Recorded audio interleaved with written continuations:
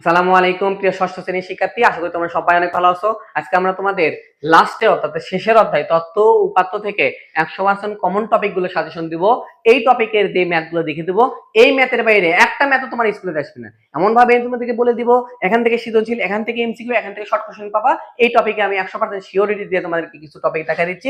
এখান থেকে তুমি এমসিকিউ, সৃজনশীল এবং শর্ট কোশ্চেন গুলো কিন্তু কমন পাবা ইনশাআল্লাহ। তো দেখো আমাদের তথ্য উপাত্ত শুরুতে আমাদের তোমাদের ক্লাস 6 এ যেহেতু তোমাদের এইটা পার্টটা তোমাদের কাছে নতুন, তো এখান থেকে আমাদের তথ্য কাকে বলে, উপাত্ত কাকে বলে, তথ্য কত প্রকার কি, তথ্য উপাত্ত কত প্রকার কি কি, এখান থেকে কিন্তু একটা প্রশ্ন আসবে, এটা তোমরা পড়ে নিবা। ঠিক আছে, এখন আসো আমাদের মূল পড়ে আমরা চলে যাই। সেটা হচ্ছে আমাদের এই যে উপাত্ত কাকে বলে, তথ্য কাকে বলে, এটা তুমি পড়ে নিবা। নেওয়ার পরে বিন্যস্ত কি জিনিস, অবিন্যস্ত কি জিনিস। বিন্যস্ত মানে কি, যেটা এলোমেলো ভাবে আমাদের সুন্দরভাবে সাজানো থাকে তাকে আমরা বিন্যস্ত বলে থাকি, যেটা এলোমেলো ভাবে সাজানো থাকে তাকে অবিন্যস্ত বলে থাকি। জাস্ট এটা, এই সংজ্ঞাটা তুমি পড়ে নিবা। তো এখান থেকে তোমার প্রশ্ন হবে 2 নম্বর। আসো এখানে দেখো, শুরুতেই দেখো একটা সৃজনশীলের নমুনা সৃজনশীল দিছে, কি ধরনের আসবে তোমাদের এই অধ্যায়ে। জাস্ট কি আছে বলতো, একদম ইজি।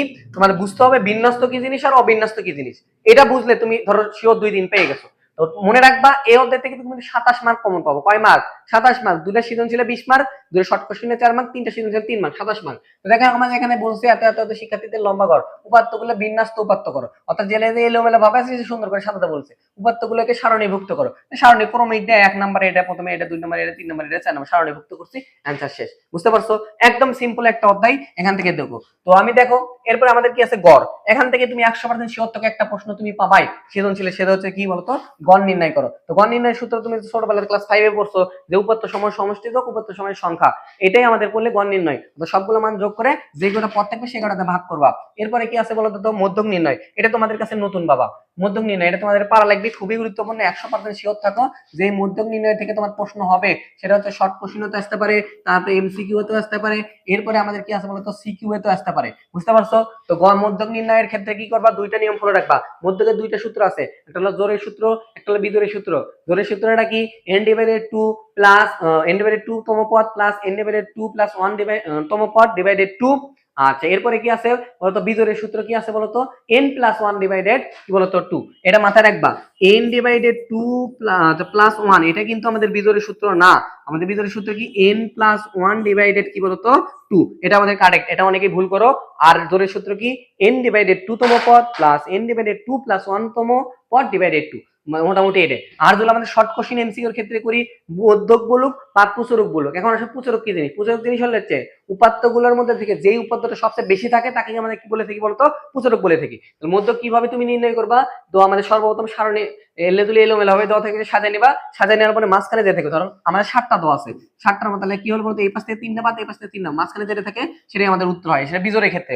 আর জোড়ের ক্ষেত্রে কি বলতো, শর্ট কোশ্চেন যদি আমাদের এমসিকিউ থাকে তখন করবা, এই পাশ থেকে ধরো 10টা দেওয়া আছে, তাহলে এই পাশ থেকে 4টা বাদ, এই পাশ থেকে 4টা, মাঝখানে যে 2টা আছে এই 2টা যোগ করে 2 দ্বারা ভাগ করা লাগে। এটা যদি আমরা এমসিকিউ আসে তখন করব, আর শর্ট কোশ্চেনের সূত্রের মাধ্যমে করব। 100% কমন টপিক হলো মধ্যক। এরপর আসে কি আছে বলতো, এই যে আমাদের এখানে বুঝাই টুজাই দিছে, দেখবা। এরপর আসে দেখো প্রচুরক কি জিনিস। প্রচুরক জিনিসটা হচ্ছে যে, এই দেখো এখানে একটা প্রশ্ন দেওয়া আছে, প্রশ্ন দিয়ে আমি তোমাদেরকে বুঝাই দিচ্ছি প্রচুরক কি জিনিস।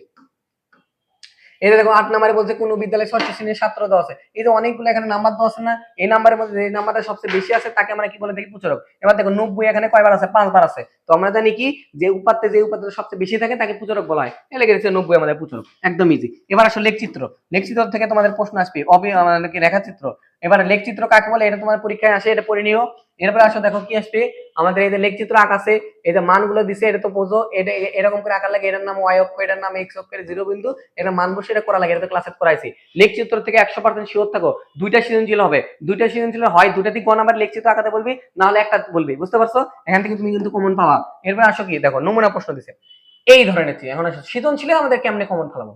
মনে রাখবা, তোমাদের 2টা সৃজনশীল হবে, একটা দিবি এরকম ছক আকালা সৃজনশীল, একটা কি দিবি এরকম ছক আকালা সৃজনশীল দিয়ে আমাদের এরকম প্রশ্ন বলবি। দেখো এই সৃজনশীল অনেক স্কুল ধুবও বাঁচতে পারে, যে এই সৃজনশীল অনেক স্কুল ধুবও বাঁচতে পারে। এরকম ছক আকার সৃজনশীল দিয়ে খেলার ইয়ে দিছে, বিভিন্ন ছক দিয়ে বলবি সর্বোচ্চ সর্বনিম্ন মানে পার্থক্য কত, ক্রমের মানগুলো সাজাও, রেখাচিত্র অঙ্কন করো, গড় নির্ণয় করো, এগুলো বলবি। অর্থাৎ তুমি মাথার মধ্যে রাখো, এরকম ছকালে একটা সৃজনশীল দিবে, আর একটা কি দিবে বলতো, আমাদের ঢালাও মান আলা সৃজনশীল দিবে। সেই ঢালাও মান আলা সৃজনশীলটা কি, এই যে এরকম এখানে দেখো আমাদের দেওয়া আছে, দেখো এই যে 3 নম্বরে যে সৃজনশীল দেওয়া আছে এই টাইপের একটা সৃজনশীল দিবে। যে 3 নম্বরে দেখো এই যে ঢালাও একটা মান দেওয়া আছে, দিয়ে বলছে উপাত্তগুলো বিন্যস্ত করো, অবিন্যস্ত করো, ঊর্ধ্বক্রমের সাথে অর্ধক্রমের সাথে মধ্যক নির্ণয় করো, প্রচুরক নির্ণয় করো, এই টাইপের একটা সৃজনশীল দিবে। অর্থাৎ মনে রাখবা, এই অর্থাৎ 2টা সৃজনশীল হবে, একটা দেবে ছকালা, একটা দেবে ঢালাওয়ালা মান। একটাতে আমাদের রেখাচিত্র অঙ্কন করতে হবে, একটা করতেও বলতে পারে, না বলতে পারে, বুঝতে পারছো? তো এখান থেকে পড়ে নেবা, এই মধ্য পুচরকে যেগুলো অঙ্কগুলো দেওয়া আছে এগুলো দেখে দিবা, মধ্য পুচরক এগুলো পারবা মোটামুটি। বই যদি তুমি মোটামুটি ক্লিয়ার থাকে তাহলে তুমি সবকিছু নমুনা প্রশ্ন থেকে দেখো, একটা নমুনা প্রশ্ন একটা সৃজনশীল দিছে এই রকমের, এটা কমপ্লিট একটা প্যাকেজ সৃজনশীল দিছে, এই প্যাকেজ সৃজনশীল তুমি যদি একটু ফলো করো যে কোনো ধরনের সৃজনশীল পাবা। এখানে যে সৃজনশীলটা দিছে বাংলাদেশের 100% স্কুলের 90% স্কুলে তুমি কি করতে পারো, হুবহু দেখে এই সৃজনশীল দিবি, দিয়ে আমাদের বলছে প্রথমে গড় নির্ণয় করবে, তার মধ্যে প্রচারক, তারপর রেখাচিত্র অঙ্কন করো। টোটালি একটা সৃজনশীল মধ্যে পারফেক্ট একটা সৃজনশীল সবকিছুই আছে, বুঝতে পারছো? তো এরকম আমাদের ঢালাও মান দিয়ে বলবি উত্তরগুলো গড় নির্ণয় করো, মধ্য প্রচারক করো, তারপর লেখাচিত্র অঙ্কন করো। তো ভাইয়া তুমি এই অধ্যায় থেকে যদি পড়তে চাও, জাস্ট তুমি গড় নির্ণয়ের সূত্র, মধ্যক নির্ণয়ের সূত্র, প্রচারক নির্ণয়ের সূত্র, এই সূত্রগুলো, রেখাচিত্র কি, এই টপিকগুলো ক্লিয়ার করে তুমি এই রকমের দুটা সৃজনশীল আর সকালে দুটা সৃজনশীল প্র্যাকটিস করে দেবা, দুটা সৃজনশীল 100% তুমি পাবা। আর শর্ট কোশ্চেনের মধ্যে কি আসবে বলতো বাবা, আমাদের উপাত্ত কাকে বলে, তারপরে আমাদের কি আছে বলতো, লেখচিত্র কাকে বলে, তথ্য কাকে বলে, এগুলোর থেকে আসবি। তারপরে 2 নম্বরে আমাদের আসতে পারে ছোট ছোট মধ্যক নির্ণয় করতে বলে, প্রচারক নির্ণয় করতে বলবি, এমসিকিউ তো তাই। মোটামুটি আমি যে এই কটা টপিক বললাম, এই কটা টপিক ক্লিয়ার করে তুমি এর গাইডে যাওয়ার পরে কি করবো বলতো, সৃজনশীল বা এমসিকিউ যেগুলো আছে সেগুলো তুমি প্র্যাকটিস করো। আল্লাহর রহমতে 100% গ্যারান্টি দিচ্ছি ইনশাআল্লাহ তুমি ভালো কিছু করতে পারবা। এবং ভাই এই অধ্যায়টা ভালো করে পড়ে দাও, এখান থেকে কিন্তু 27 মার্ক কমন পাবা। একটা ক্লাস মাত্র তুমি আধা ঘন্টা বা 1 ঘন্টা ভালো করে পড়ো, তাহলে কিন্তু 27 মার্ক তুমি কমন পাচ্ছ ইনশাআল্লাহ, মোটামুটি, বুঝতে পারছো? তো তোমরা যারা আমাদের অফলাইন অথবা অনলাইন বেসে ভর্তি হতে যাচ্ছ, ডিসক্রিপশনে দেওয়া নাম্বারে যোগাযোগ করতে পারো।